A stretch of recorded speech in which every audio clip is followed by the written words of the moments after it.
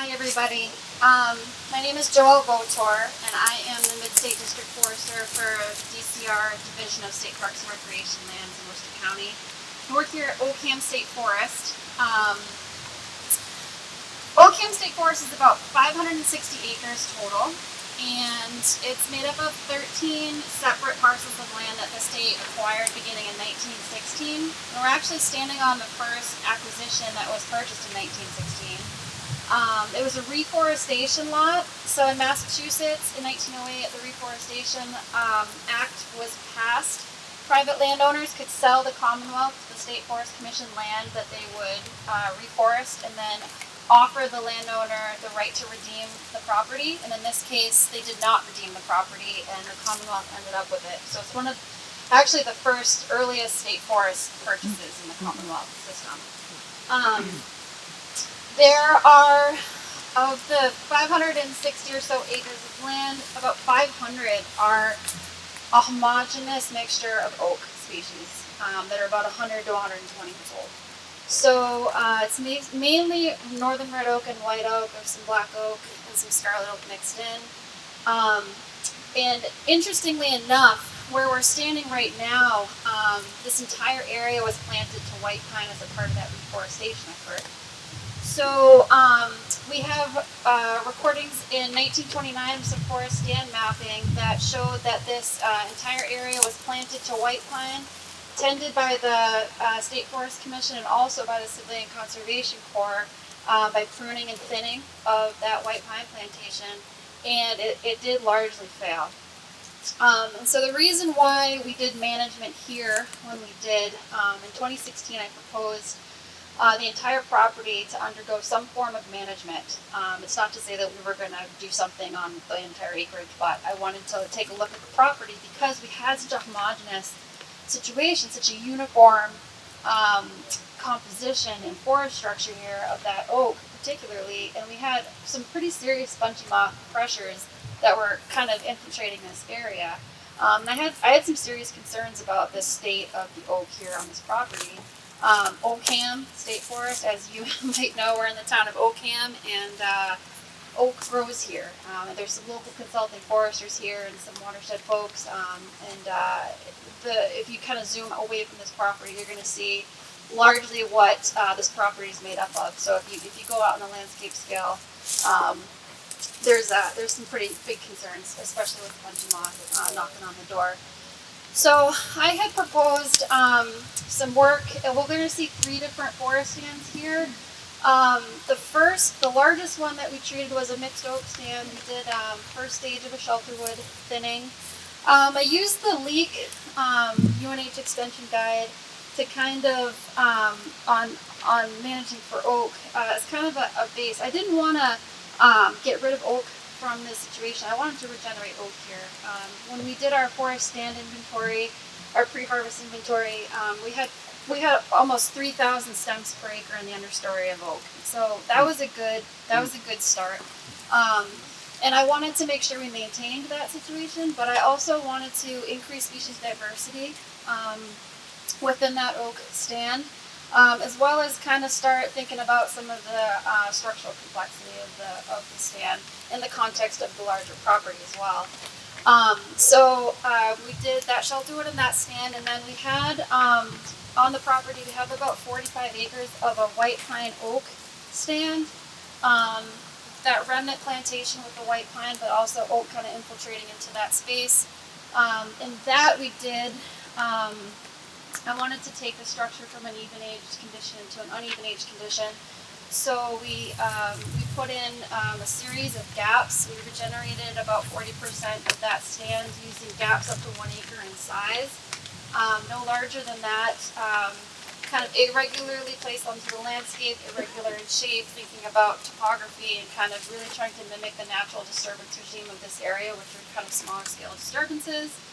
And then we also had this softwood plantation, which is behind me. We had Norway spruce, red pine, white pine planted. Really kind of just thinking more or less of liquidating the red pine, which was all infested with red pine scale. And the Norway spruce was starting to fall apart as well. So just kind of trying to kind of put a shelter wood in here and try to thin that density down and mitigate some of those public safety concerns. It was cut, this particular area, from November 2021 through about spring breakup, April 2022. We had very limited snowpack that winter. The ground never froze. It remained kind of mucky but stable. We had a heck of a great acorn year that fall. On state property, we don't, as much as we like to, time up good seed years, and it just happened, and I was elated. This was cut with a cut-to-length processor, and all the wood was forwarded out to the landing down below on the hill. Residual damage was really minimal, and all in all, we were really pleased with how the lot came out. So that's my introduction. Well, clearly it represents an effort to get from the old even-aged, essentially non-sustainable structure, right, in the long run, to something that will be more resilient, right, both species. So the percentages under regeneration and all that, or you can, those are, yeah, I was just saying that I like the diversity of it. I think it,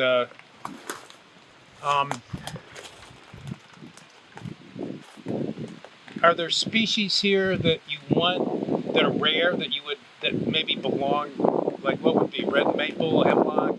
What else could be growing here that you're trying to favor, or maybe not? But the hemlock, I guess, would be a mixed bag. Maybe we'll hear about that later. Yeah, so we have hickory on the site here, which I have in not many places in the county on some of my state forest lots, especially kind of here and more north you get. So we really tried to make sure that we maintained some more underrepresented hardwood species that are on the property, and hickory was really like every time we saw hickory, it was like, please leave that be. A little bit of sugar maple, some yellow birch, are kind of the more oddball things, but really just trying to make sure that we maintained as much diversity as we could into the next rotation. As we could as possible. Do you have like big old legacies and fence rows and things like that around, and stone walls and rare structures that yeah, so conserve? Yeah, interestingly, or maybe not, I named this timber sale the stone wall lots. It's basically a 4-farm conglomerate that made up this property. A lot of some of the old interior stone walls are some really nice, beautiful white oak and even red oak legacy trees. So we're fortunate to have that for structure. Yeah. So I think this is a good example of one of those sites where, I mean, if we are going to compare of a non-harvest versus harvest, this is sort of trade-off of having some carbon losses initially, right? But to make a healthier, resilient, multi-age stand. So I think this is an example of a site that we will, so if you're comparing, and I said not to compare versus a no harvest versus harvest scenario, this is a great example of a site that it makes sense to have some carbon losses for that long-term resilience. And Tony will talk about this a lot tomorrow, but it really ties in with carbon, right? And I didn't totally touch on this, but managing just for carbon can be problematic when you have sites that maybe are vulnerable to things like spongy moth, right? So if we had this, lovely stand of oak, but we are potentially going to suffer some mortality from spongy moth, floods the market for oak, and we can't move those logs into wood products, that's a problem. Some of these plantations that you said were in decline, falling apart, right? Being able to utilize that wood, you recuperate some of that carbon into products, is going to be a better carbon option than maybe just letting this forest fall apart. And so, thinking about long-term carbon benefits, I think this is what you're really striving for on the site, and seeing the regeneration, right? So that's going to give that vertical diversity that I talked about, the rugosity and the leaf area index. It's really going to explode here in the next couple of years. How many growing seasons? 2 or 3? 2. Just 2. Okay, Yeah. That's a good response at 2 years. Yeah. Joelle, how worried are you here about the impact that deer and or moose might have on the oak and maybe the hickory? I haven't really seen a negative impact from deer browse here. I also know there's a high hunting pressure here compared to some other places that I work in. But we're gonna come back year 5 and do an inventory and see kind of how the understory looks, and then we can make some decisions moving forward. But I'm really not overly worried about it. Not here. The revenue that's made from the sale, does that, since it's a state-owned property, can you talk about how that gets maybe put back into other practices that are not commercially viable? Yeah, so when we conduct management practices on our property, often the foresters will put in-kind services back into the project area or into the property. It's kind of property restricted. So unfortunately, we did a lot of road work, and as you drove over, you saw some road blowouts. We've had some really serious rainstorms here this year. So I had them do quite a bit of road work. A lot of gate installs went into this property as well. We've done things like treat beach in the Berkshires, spray invasives, lots of road work, like some really incredible road work projects, bridge installations, that sort of thing. We always, I would say, even a driving force as to where we're going to do management. I mean, we're really looking at forests, but we're also looking at sites, you know, and especially as climate changes, as we get these like more intense storms, I mean, we're really going to think about beefing up some of our road networks to make sure we don't lose them. We've never had a problem on these roads until this year. So, I mean, it's just an example of what is coming down the road. So that's definitely a part of it.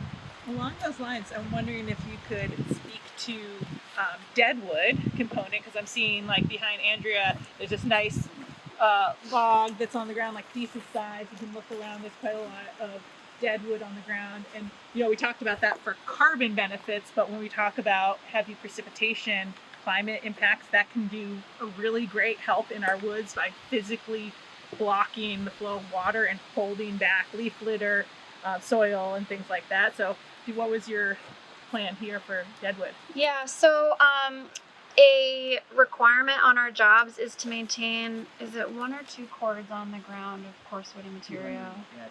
2 cords? Yeah. So we do, in our pre-harvest inventory, we do transects, and we estimate how much coarse woody debris is on the ground naturally before we even put equipment on the ground. And I haven't had a job so far that's been under that. But we also look at past harvests, the site quality. I mean, I've had red pine plantations in the northern part of my district where we're on 100 feet of sand, so I don't want, you know, a whole tree job in there 2 times in a row, like, you know, we've had. So we're in a highly mechanized part of Massachusetts. So having a cut to length operation here was important to me because I wanted to maintain the coarse woody material on the site, not only to protect regeneration in places, but also just to provide that nutrient cycling and also that moisture retention. It's something that I routinely have used is just that cut to length system. 2 questions. It's always a challenge to balance the shade with the regeneration, and so it looks like you got really nice regeneration. When is the next time you're gonna harvest this? So I'd like to look at our 5-year post harvest monitoring data to see how the oak stand is doing in terms of the established regeneration and the understory and the condition that it's in. The white pine and the oak that we did the group openings in, I would probably think about coming back maybe in 20 years from now, maybe a little bit longer even. And I'd retain probably a portion of what the existing overstory is now. I didn't thin between the groups. So I think 3 age classes in that rotation is probably going to be it, just for, you know, the age in which I entered the stand with this management approach.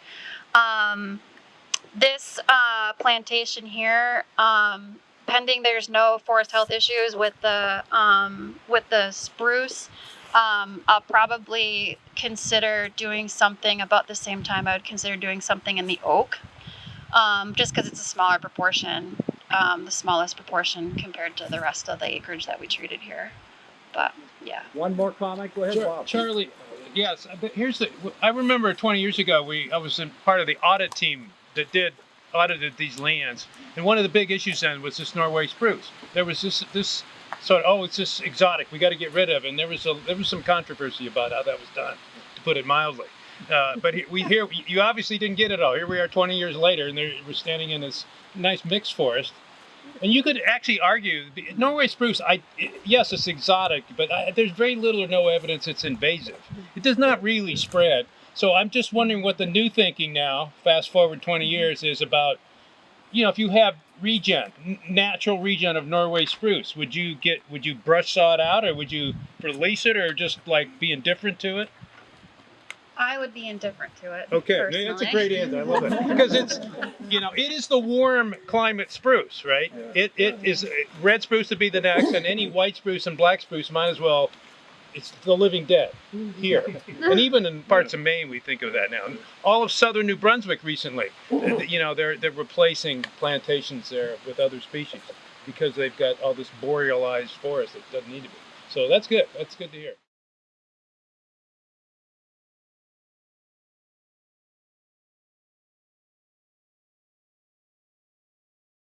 All right, so here we are at CFI plot 2222 in Oakham State Forest. So before we get started on the plot, I'm going to give you a little orientation on the handout, okay? So just briefly, the first page has a brief text description of some summary statistics and the history of the plot. On the right of that first page is a graph of carbon stocks over time, just one pool above and below ground, live tree carbon stocks. On the next page, we've got a graph that's been, winnowed down a little bit, but this is the life of the plot in terms of carbon, okay? For each tree on the plot, we've got a line that tells us what's going on with each tree since the plot has been started. Then, this is like a choose your own adventure thing, if you remember kids' books, right? If you want to dig deeper into the details, we've got another page of tables providing more detailed breakdowns by species and diameter class of stocks, and the components of change below that. So we've got stocks by DBH class, stocks by species, components of change by DBH class, and components by species.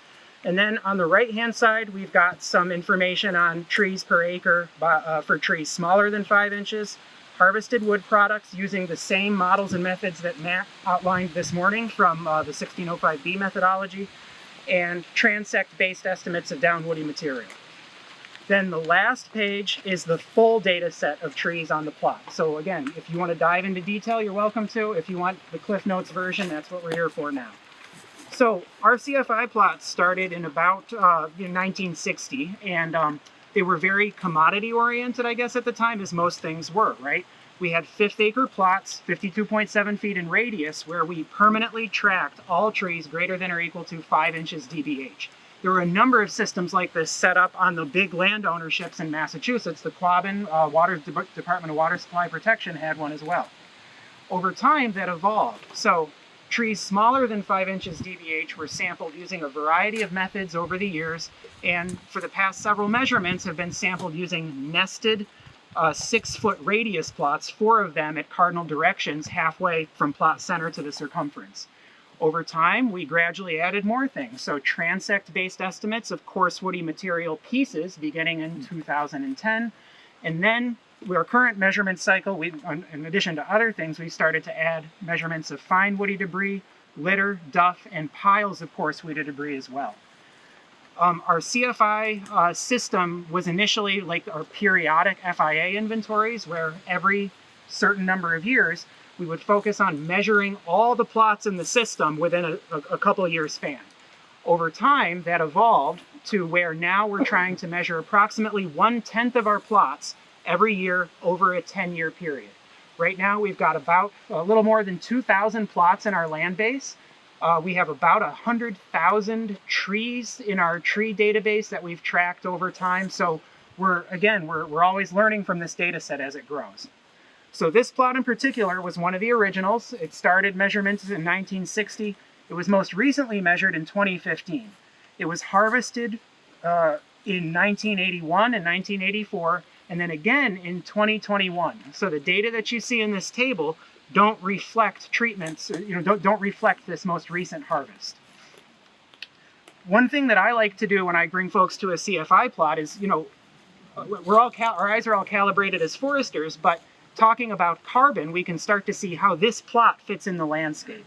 So prior to the last harvest, this plot was at the 27th percentile of live tree, above and below ground live tree carbon, using the component ratio method, with an estimate of about 92.5 metric tons of carbon dioxide equivalent. We talked a little bit about different methodologies of estimating carbon before. So this plot had 92.5 metric tons of carbon using component ratio method. It had 150.6 metric tons of carbon using the Jenkins method. If we use the basal area to sea calculator that I reviewed, that would have provided an estimate of 121.5 metric tons of carbon. So again, if we're talking about comparing estimates of carbon, we need to know exactly how we're getting that. Otherwise, I mean, that's a difference of almost, twice again as much, right? Unfortunately, I just noticed the species breakdown, the percentages are a little bit off. The red maple percentage especially, it should be 19%. But as Joelle alluded to, the overwhelming majority of biomass is in oak and red oak species in particular. We had a little bit of white oak, some red maple, 19% red maple, 6% white pine. When the plot was first measured, there was actually a pitch pine on this plot. So again, just thinking about successional and how things evolve over time and things like that. In terms of stocking, the plot is at 108 square feet of basal area before this last treatment. In the same ecological subsection, that's at the 28th percentile.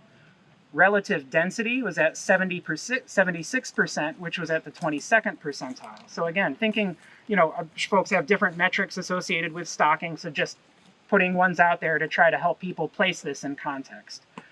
In terms of survivor growth, this plot was at the 13th percentile. In overall net growth, it was at the 29th percentile. So this plot had been affected by spongy moth mortality, as well as some icing and snow events. So in late 2008, we had a severe regional ice event that caused some dieback to the crowns and broken tops. And then in late 2011, we had a late fall, heavy, wet snow event that hit when crown conditions weren't that much different than this and wound up stripping a lot of the branches from the tree. So again, if we were to look at what's happening to some of these trees over time, right, it's not simple monotonic increase over time. We can see that, and this I believe was the graph I used in the presentation earlier today, but for example, tree number 2, that was a black oak, that something happened to its crown in 2000, and it actually had negative net growth for a period of years.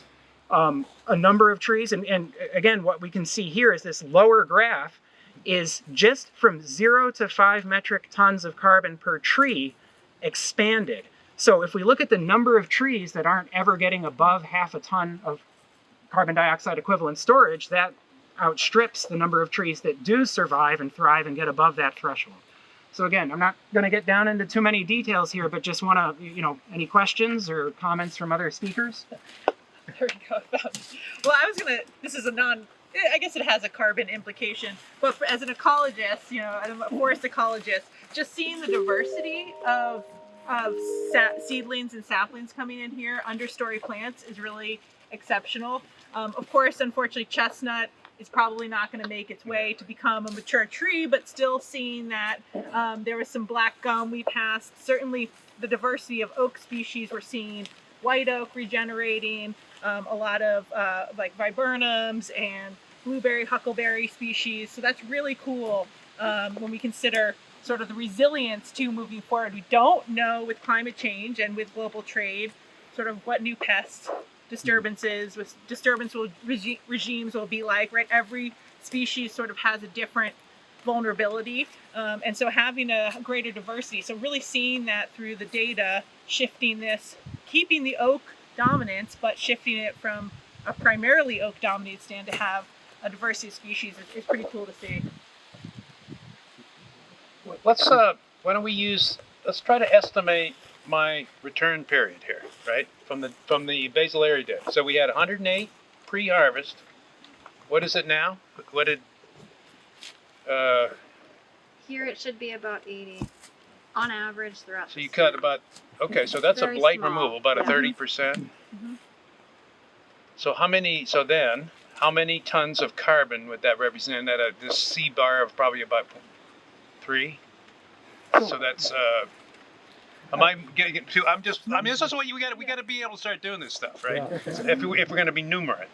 And we got the man right here. So I'm just trying to. Well, so it's just the C-bar. So you presented that C-bar concept in the same way we were thinking about it. Your C-bars are the same as that relationship between. It's just a different term. Yeah, so it's the same reason volume works. give me a second to hit the calculator here. Yeah. But This is why you grow up before calculators. You can do this stuff in your head. my brain's a bit of a fog right now. Like we always round, right? It's good enough in forestry. Okay, 108 square feet, and we said that our basal area to sea estimator was 121. So let's call it and this is metric tons of carbon dioxide equivalent. Yeah, I don't. So well, no, I mean so. Go ahead. We can think that way if we have to. Yeah, sorry about that. So, anyways, 1.2 metric tons of carbon dioxide equivalent per square foot of basal area. So divide that by somewhere between 3 and 4. Yeah. So. I'll let you finish up. Well, but then we need the residual. The residuals, so we cut. When we cut third. So that's going to remove 40 CO2 equivalents. So divide by 3.5 is 12. I mean, I'm just, something like that. So 12. And the increment is, in carbon from your graph, the accretion, or the net carbon accretion here is what? Net growth? Yeah. Yeah, so in our most recent inventory, so 2. So we had, let's call it 1 minus 0.2, or 1 plus 0.2, so that's 1.02 minus 0.36. So let's call it like 0.65, 0.66. So we'd have to divide that into the 12, and that's almost a 20-year time before we would recover that carbon. Now, in a stand like this, under shelterwood regeneration, maybe that's not the metric, but this is my rethinking. We don't necessarily have to come back and remove half of the overstory 15 years here. We might need to keep the oak growing freely. This is nice to have this oak stocking here, but and that's the challenge as you go from old even age stands to multi-age. You have to keep. Well, so this is I'm doing this out loud, so you see this is new even to me, right? And this is the way we need to be thinking about it. Recovery or not, years. That's a kind of a nice currency, isn't it? Years to grow back to what you cut, right? Just figure that out. If we had a calculator that would do that quickly, then we'd have something, right? And then foresters to do that, it's like, well, man, like 30? Ooh, I don't think I mean to do that. Or maybe I do, but at least now you're not just like, oh, crap, I thought we're going to be back in here in 15 years and there's nothing to cut. Or, if we do, we're going to just put way more emissions in the atmosphere. So I think that's why we came here, right? I guess that's what I would say. So that's maybe enough. I was just going to say the only thing I would point out is that estimate of net growth, that was from the most recent inventory cycle after it had been affected by the ice storms, by the spongy moth. The previous cycle, it was nearly 2 tons of carbon. Okay, that's why I said 2, so because so that's a lot shorter period. Well, there you go. There's yet another a very important variable. I was going to say, and also with doing this management, we are increasing net growth of the surviving trees too. So we don't have those data right now. Not yet. We would hope. Yeah, right. Unless So I'm just playing the role of a private landowner that 100 years from now, I want my grandchildren's grandchildren to come here and see 100-year-old oak trees. And so these trees on the ground are what's important to me. And so the fact that I might have to sacrifice a little bit of carbon today in order to ensure that these oak trees are getting enough light, that's important to me. Any comment? Good point. Enough said. Let's move on.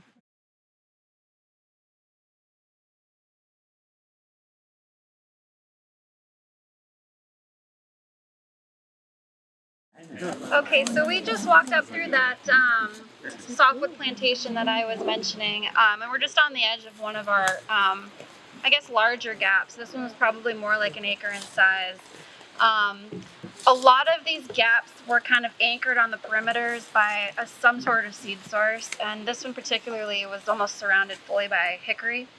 And as I said, there's hickory on this property, which isn't totally unusual to the area, but it's really unusual kind of to the state forest system in this neck of the woods. So we definitely wanted to make sure that we kept that on the landscape.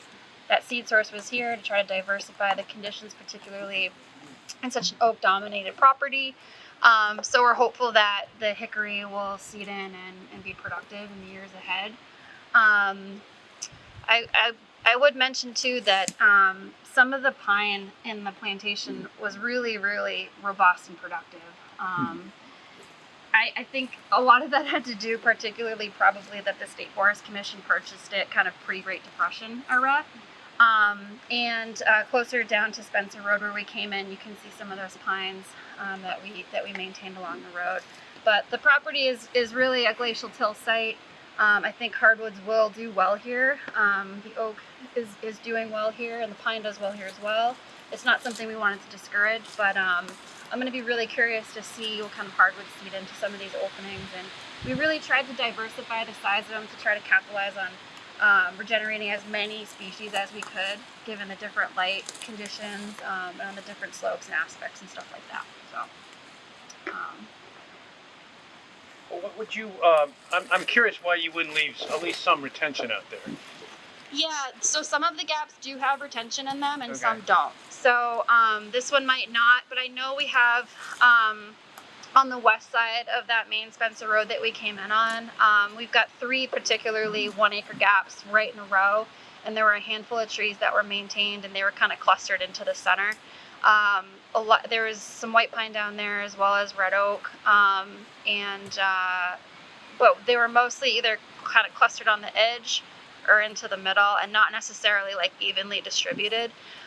We were trying to sort of capitalize on an early successional kind of approach for habitat purposes, particularly for nesting songbirds.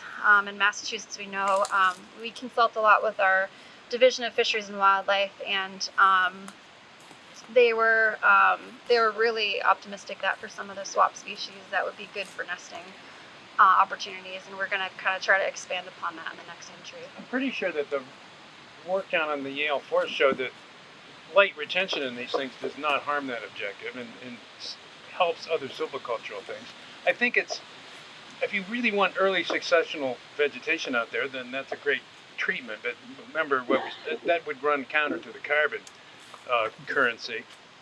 Plus, anything like hickory, even more than oak, depends on really well-established advanced regeneration. You have to be really patient. You before you daylight at anything like that, if you want hickory, you're going to want to see hickory this tall and competitive. It's a myth that any of this big knotted stuff is going to seed out into that opening. That's not going to work.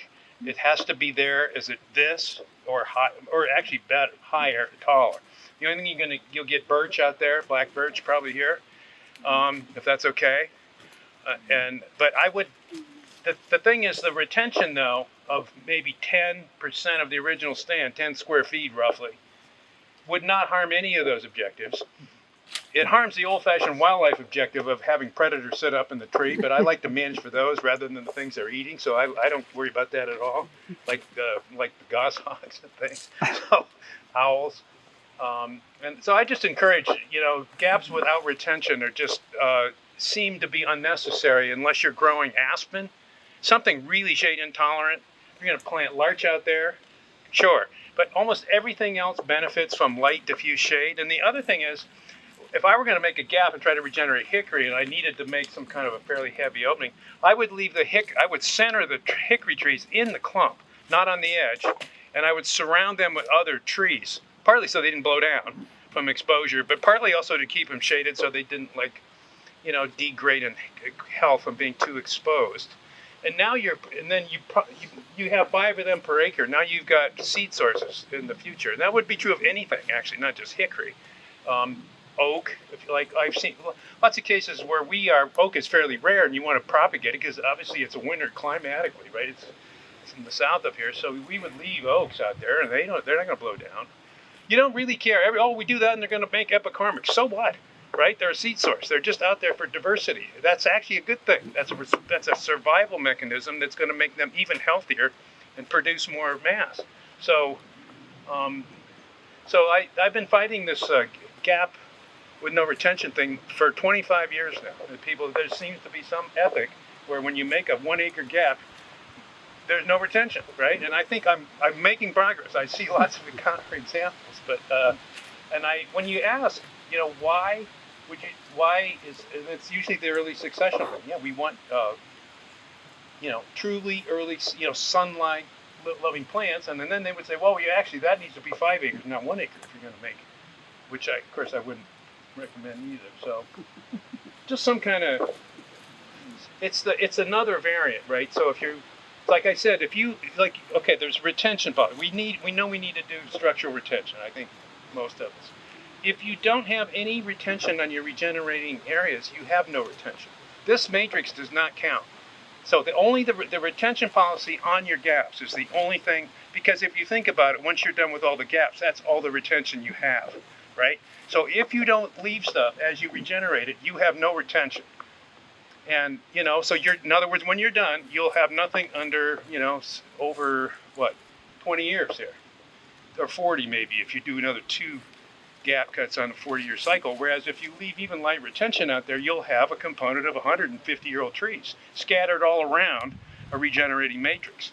That's the reason to do it ecologically. And actually, ecologically, the more the better. Ken, or I don't care. I'm not sure. Right, We could have Allie. Well, I was just talking to Joel about how great this looks and how it's kind of unusual for central Massachusetts. There's no black birch here, and we've had a real issue.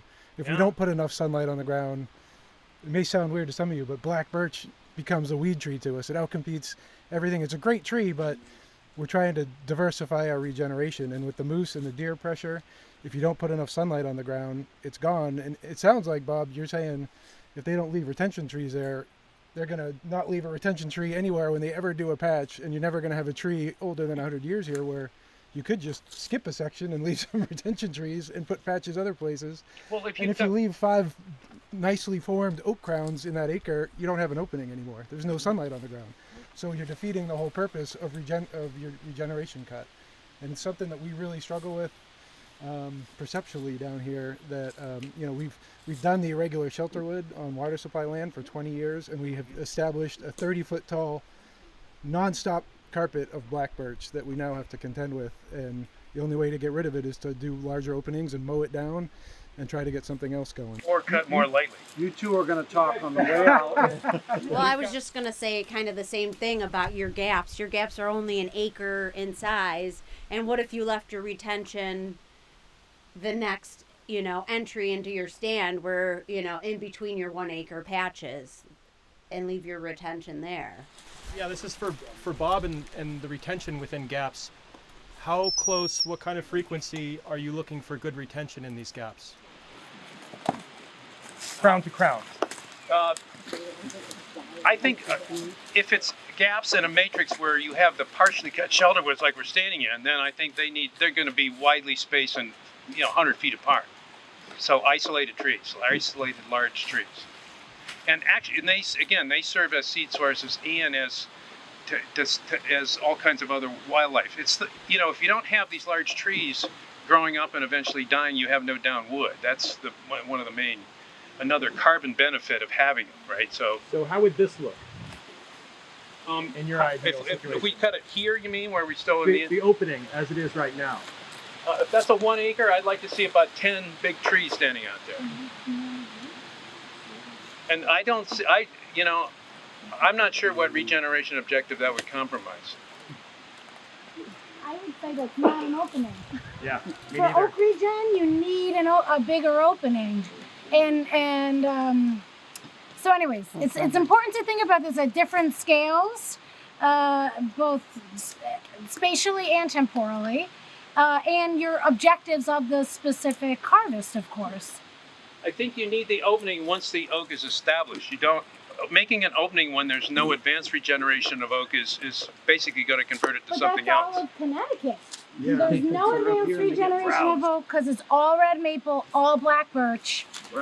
Because there's been absence of active management and disturbance.